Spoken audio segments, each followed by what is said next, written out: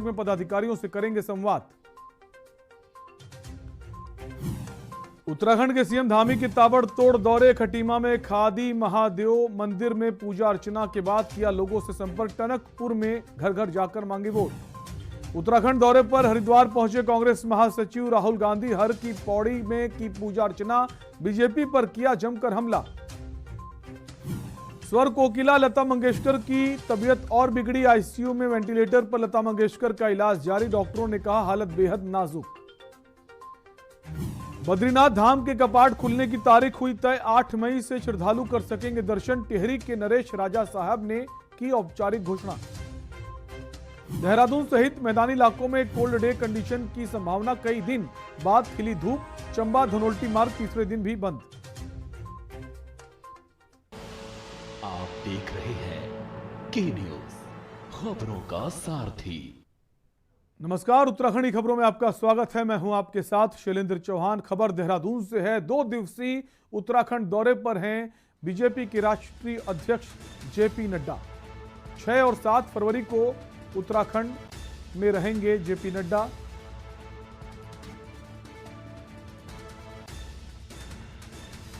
गंगोत्री में जनसभा को संबोधित करेंगे।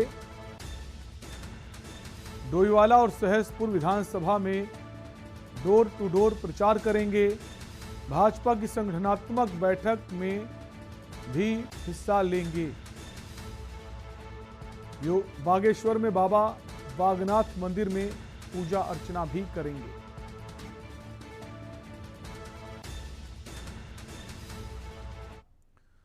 खबर कनखल से है। बंद पड़े मकान से 20 पेटी शराब बरामद हुई है। 20 पेटी रॉयल स्टैग ब्रांड की ये शराब बरामद हुई है।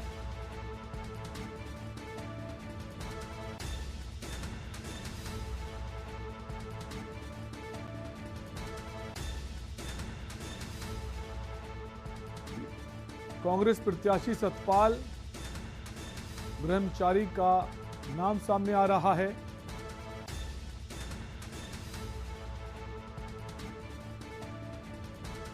बंद पड़े मकान में 20 पेटी शराब बरामद की गई है।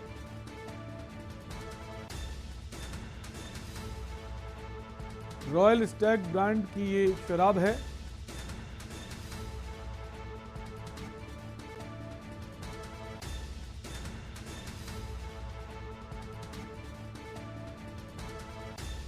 कांग्रेस कार्यकर्ताओं का हंगामा देखने को मिला है। बंद पड़े मकान से ये शराब बरामद हुई है।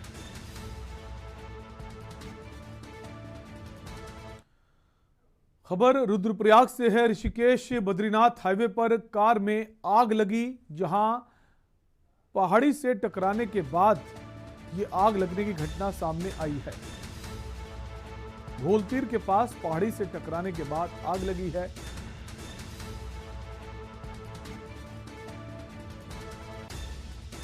वहीं वाहन में सवार 2 लोगों को सुरक्षित बाहर निकाला गया। ये तस्वीरें आप देख सकते हैं। और जो ये तस्वीरें आप देख सकते हैं किस तरह से आग में ये कार में आग लगी है। 2 लोगों को कार से सुरक्षित निकाला गया है। रुद्रप्रयाग का मामला आपको बता रहे हैं। ऋषिकेश बद्रीनाथ हाईवे पर ये आग लगी।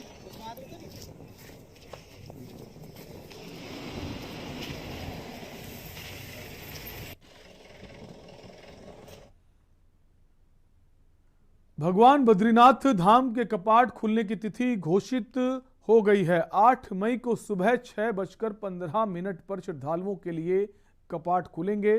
भगवान बद्रीनाथ धाम के कपाट जो हैं खुलने की तारीख घोषित हो गई है। बसंत पंचमी के दिन टिहरी के राजमहल में पौराणिक परंपराओं को आज भी निभाया जा रहा है। आज टिहरी नरेंद्र नगर राजमहल में विधि विधान से राज पुरोहित द्वारा भगवान बद्रीनाथ धाम के कपाट खोलने का शुभ मुहूर्त निकाला गया। 8 मई को सुबह 6:15 पर कपाट खोले जाएंगे।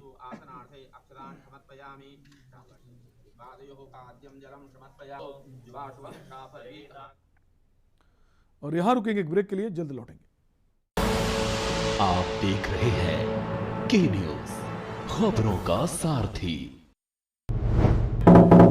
चुनाव का टाइम बहुत बढ़िया होता है हिसाब करे के लिए। पहले पिछड़े वर्ग के साथ कितना अत्याचार होता था, यहाँ तक कि शिकायत तक दर्ज नहीं होती थी। और आज शिकायत भी दर्ज होती है, उस पे कार्रवाई भी होती है। जो देते थे हमें चोट, काहे देंगे हम उन्हें वोट? हिसाब लगा लीजिए।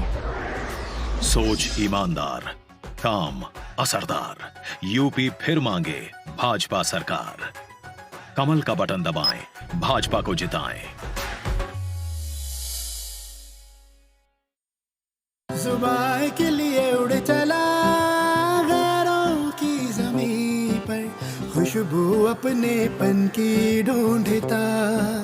और दूर कितना भी जा, इस जुबान से दूर ना जा पाओगे। विमल, बोलो जुबान केसरी। आप देख रहे हैं के न्यूज, खबरों का सारथी। ब्रेक के बाद आपका स्वागत है। खबर उधम सिंह नगर से है। जिले के किच्छा स्थित मंडी परिसर में कांग्रेस पार्टी की ओर से जनसभा का आयोजन किया गया था, जिसमें राहुल गांधी शामिल हुए। इस दौरान उत्तराखंड में कांग्रेस की सरकार बनाने के लिए लोगों से कांग्रेस के पक्ष में मतदान करने की अपील की गई। राहुल गांधी ने मंच से हुंकार भरते हुए बीजेपी के खिलाफ जमकर हमला बोला। उन्होंने आज आकर हम सब किसानों को साधने के लिए कृषि कानूनों को लेकर प्रधानमंत्री नरेंद्र मोदी को आड़े हाथों लिया। राहुल ने कहा कि किसानों का सम्मान कांग्रेस सरकार में ही हो सकता है। राहुल गांधी ने दिल्ली में किसानों के आंदोलन का जिक्र करते हुए भाजपा सरकार की नीतियों को किसान विरोधी बताया। और मैं राहुल गांधी जी को भी विश्वास जी को कि वो धन्यवाद प्रेषित करेंगे। आपको रोजगार नहीं मिलेगा, आपकी जमीन छीनी जाएगी, पेट्रोल डीजल के दाम बढ़ते जाएंगे, महंगाई बढ़ती जाएगी। दो हिंदुस्तान हम नहीं चाहते हैं, हम एक हिंदुस्तान चाहते हैं और न्याय हिंदुस्तान में होना चाहिए। हम किसान बिलों के खिलाफ क्यों खड़े हुए? क्योंकि ये अन्याय था। ये हिंदुस्तान के किसानों के खिलाफ, मजदूरों के खिलाफ अन्याय था, इसीलिए कांग्रेस पार्टी आपके साथ खड़ी हुई। कांग्रेस के पूर्व अध्यक्ष राहुल गांधी शनिवार को पार्टी के चुनाव प्रचार को धार देने के लिए धर्मनगरी हरिद्वार पहुंचे। यहां वर्चुअल रैली करने के बाद गंगा आरती में शामिल हुए। इससे पार्टी कार्यकर्ताओं और प्रत्याशियों में खासा उत्साह देखने को मिला। भगत सिंह चौक पर वर्चुअल रैली के दौरान राहुल गांधी ने कहा कि हम आपसे 4 वायदे कर रहे हैं। 4 लाख लोगों को रोजगार देंगे। घरेलू सिलेंडर की कीमत 500 रुपये से ज्यादा नहीं होगी। अगर उत्तराखंड में हमारी सरकार आई तो हम राज्य में न्याय योजना लागू करेंगे, जिसके तहत 5 लाख परिवारों को 40,000 रुपए हर साल दिए जाएंगे। विधानसभा चुनाव का प्रचार अपने अंतिम चरम पर पहुंच रहा है। अब कांग्रेस की तरफ से चुनाव प्रचार करने के लिए कांग्रेस के पूर्व राष्ट्रीय अध्यक्ष राहुल गांधी हरिद्वार में नजर आए हैं। 4 वायदे हैं, 4 धाम 4 काम। पहला कि हम 4 वायदे कर रहे हैं आपसे, और भी हैं, मगर हमारे मेन 4 वायदे हैं, 4 धाम 4 काम। पहला कि हम 2 करोड़ युवाओं को रोजगार नहीं देंगे, क्योंकि अगर मैं यहां आपको कहता कि भैया 2 करोड़ युवाओं को रोजगार दिया जाएगा, वो झूठ होता। मगर हम 4 लाख युवाओं को रोजगार देंगे। और इस प्रदेश में आपको सिलेंडर 500 रुपए से कम का मिलेगा।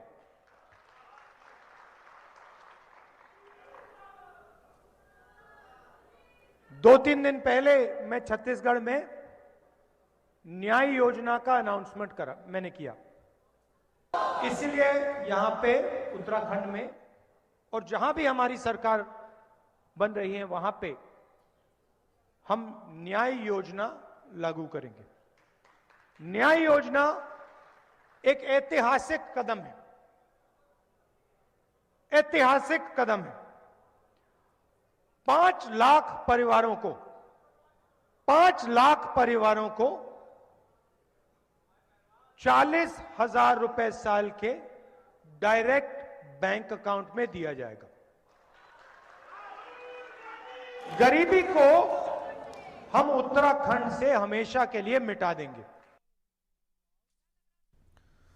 खबर देहरादून से है। आम आदमी पार्टी ने बसंत पंचमी के मौके पर उत्तराखंड का जनगीत एक मौका केजरीवाल एक मौका कोठियाल को लॉन्च किया। इस गीत के माध्यम से आम आदमी पार्टी ने उत्तराखंड के मुद्दों को उठाया और जनता से एक मौका केजरीवाल और एक मौका कोठियाल को देने की अपील की।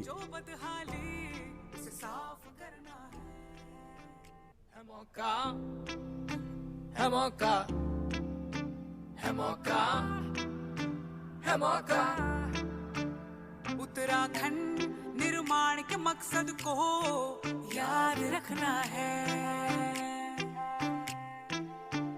21 सालों में हुई जो बदहाली उसे साफ करना है। शहीदों के सारे सपने साकार करने को लुटेरों की ये सरकार हटाना है। दिखा के आम आदमी की ताकत अगर अपने उत्तराखंड को बचाना है तो मौका है मौका है मौका है। एक मौका केजरीवाल एक मौका। गदरपुर विधानसभा में दिल्ली के कैबिनेट मंत्री गोपाल राय और प्रत्याशी जर्नैल सिंह काली ने जनता के साथ नव परिवर्तन संवाद कार्यक्रम किया। इस दौरान उन्होंने कहा कि उत्तराखंड को बनाने में मातृशक्ति व युवाओं का अहम योगदान रहा है। इन 21 सालों में सरकारें बदली, मुख्यमंत्री बदले, लेकिन उत्तराखंड की जनता के लिए कुछ नहीं बदला। 21 साल में बीजेपी कांग्रेस ने उत्तराखंड की जनता को ठगा है।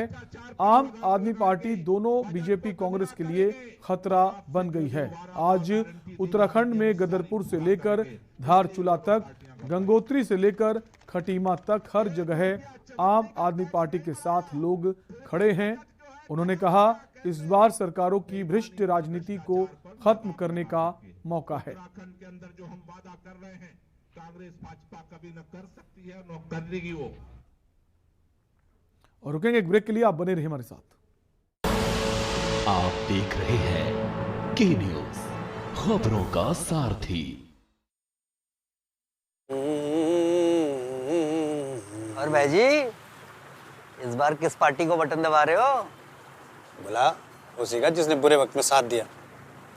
ये जब बीमार पड़ी थी तो ऐसा लगा कि इलाज के लिए खेत बेचना पड़ेगा, पर भाई अटल आयुष्मान कार्ड ने बचा दिया। अब समझे बटन कहाँ दबेगा।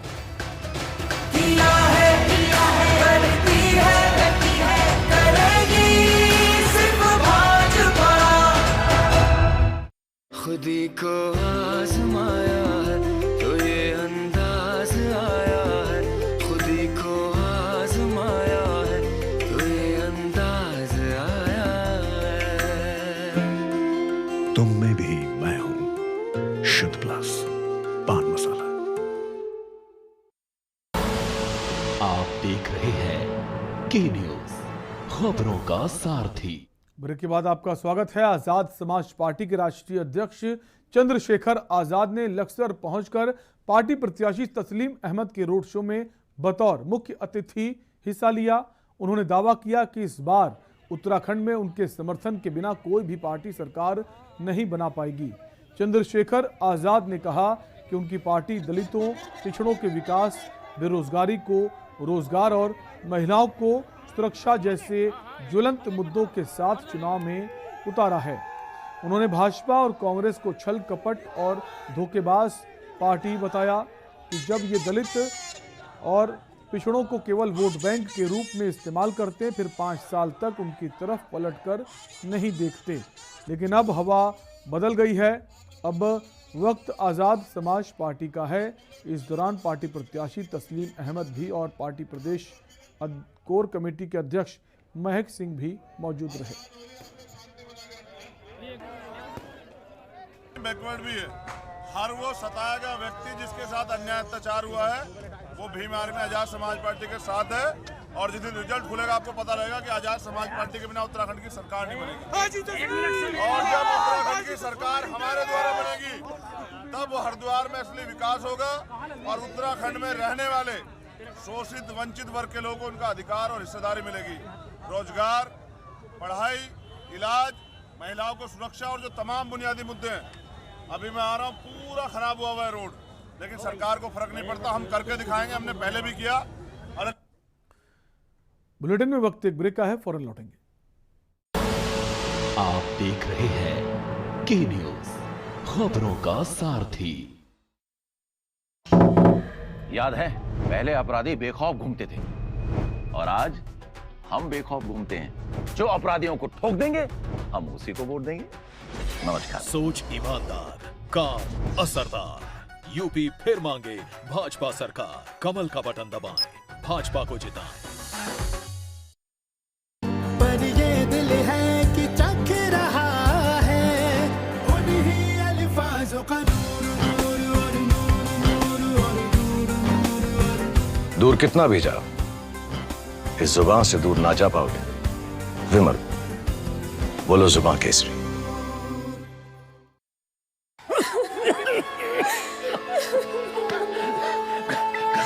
घबराने की बात थी, लेकिन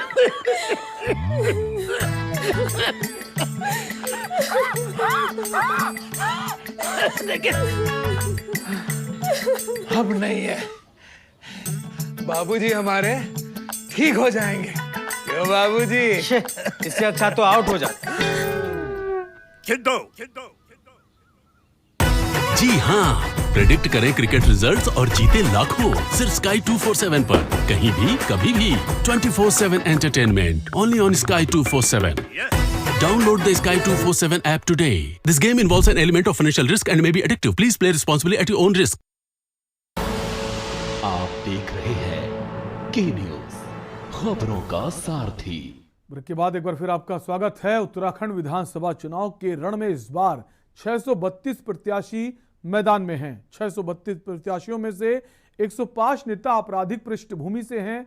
विधानसभा चुनाव 2017 में ये आंकड़ा 92 था, जो कि अब 105 हो गया है। आपराधिक पृष्ठभूमि के नेताओं को टिकट देने में जो कांग्रेस पार्टी है सबसे आगे है। दागियों को टिकट देने से चुनाव में कितना पार्टियों को नुकसान और कितना फायदा होगा, ये रिपोर्ट देखिए। उत्तराखंड में भारी बर्फबारी के बीच राज्य में होने जा रहे विधानसभा चुनाव की तैयारियां जोरों शोरों से की जा रही हैं। इस बार के विधानसभा चुनाव में कुल 632 उम्मीदवार चुनावी मैदान में हैं। इनमें से कुल 105 उम्मीदवारों में अपराध की विभिन्न धाराएं दर्ज है। आपको बता दें कि आपराधिक मुकदमों में चुनाव आयोग के नियमों के मुताबिक सुप्रीम कोर्ट के आदेशों के तहत आपराधिक मामलों वाले उम्मीदवारों को चुनाव मैदान में उतारने वाले राजनीतिक दलों को अपनी वेबसाइट पर इस तरह के व्यक्तियों का विवरण अनिवार्य रूप से अपलोड करना होगा और चुनाव के लिए उन्हें टिकट देने का कारण भी बताना होगा। राज्य निर्वाचन अधिकारी सौजन्य ने बताया कि आयोग को अभी तक 105 उम्मीदवारों के आपराधिक मामलों में शामिल होने की जानकारी मिली है। इलेक्शन कमीशन द्वारा हमें जो गाइडलाइंस मिली है उसके अनुसार हमें जो भी क्रिमिनल एंटीसीडेंट्स के साथ जो कैंडिडेट्स हैं उनको खुद को और उनका जो पार्टी जो उनको स्पॉन्सर किया उन दोनों को उसके बारे में इंफॉर्मेशन सार्वजनिक करनी है। तो वो एफिडेविट में भी ये पूरा डिटेल्स दे देंगे और इसको हम एनकोर में अपलोड भी कर लेंगे ताकि नो योर कैंडिडेट करके जो ऐप है उसमें भी पूरा इसका इंफॉर्मेशन मिल जाएगा। सो टोटली 632 कैंडिडेट्स में हमें 105 कैंडिडेट्स का पूरा डिटेल्स मिल चुका है जिसपे क्रिमिनल एंटीसीडेंट्स का। तो ये हम पार्टी से भी C7 फॉर्म्स उसका ले रहे हैं और जो कैंडिडेट्स हैं उनको फरवरी 1 से लेके फरवरी 12 तक 3 बार अपना ये जो डिटेल्स है वो एक वर्नाक्युलर पेपर में और एक नेशनल न्यूज़पेपर में इसको छपवा के अपना। आपराधिक प्रत्याशियों पर बोलते हुए भाजपा के महिला मोर्चा की राष्ट्रीय महामंत्री दीप्ति रावत का कहना है कि कांग्रेस के बड़े बड़े नेताओं पर आपराधिक मामले हैं। रही बात भाजपा की, तो भाजपा में नेता हमेशा आंदोलनरत रहते हैं जिसकी वजह से उन पर मुकदमे लग जाते हैं।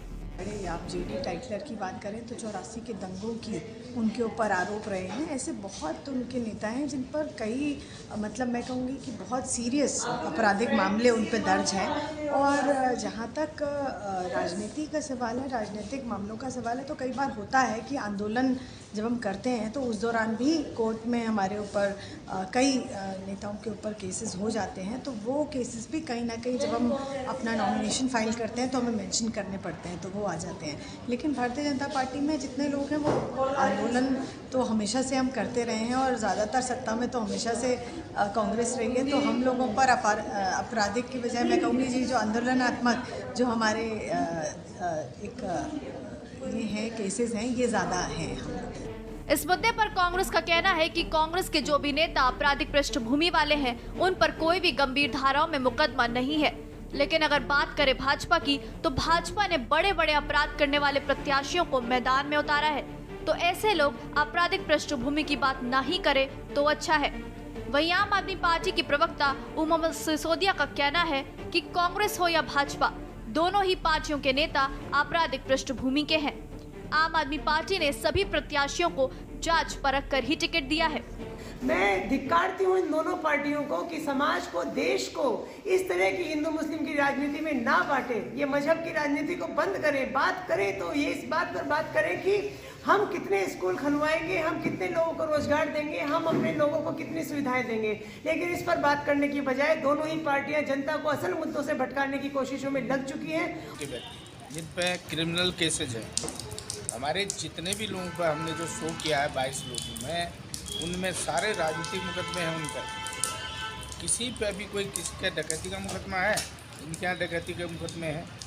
हमारे यहाँ कोई बलात्कारी है, इनके यहाँ बलात्कार वाले भी हैं। तो भाजपा को कहने से पहले सोचना चाहिए, विचार करना चाहिए। और जिनके घर स्वयं शीशे के बने हों, उनको दूसरे घरों में पत्थर नहीं मारना चाहिए। अब उत्तराखंड विधानसभा चुनाव में बहुत कम समय बचा है। ऐसे में इस तरह की आपराधिक पृष्ठभूमि को लेकर पार्टियां आपस में एक दूसरे पर आरोप प्रत्यारोप लगा रहे हैं। लेकिन आपराधिक पृष्ठभूमि को रखने वाले नेताओं के अपराधों को सार्वजनिक होने के बाद जनता ध्यान में रखकर ही अपने मत का प्रयोग करे। देहरादून से के न्यूज इंडिया के लिए दानिश अली की रिपोर्ट।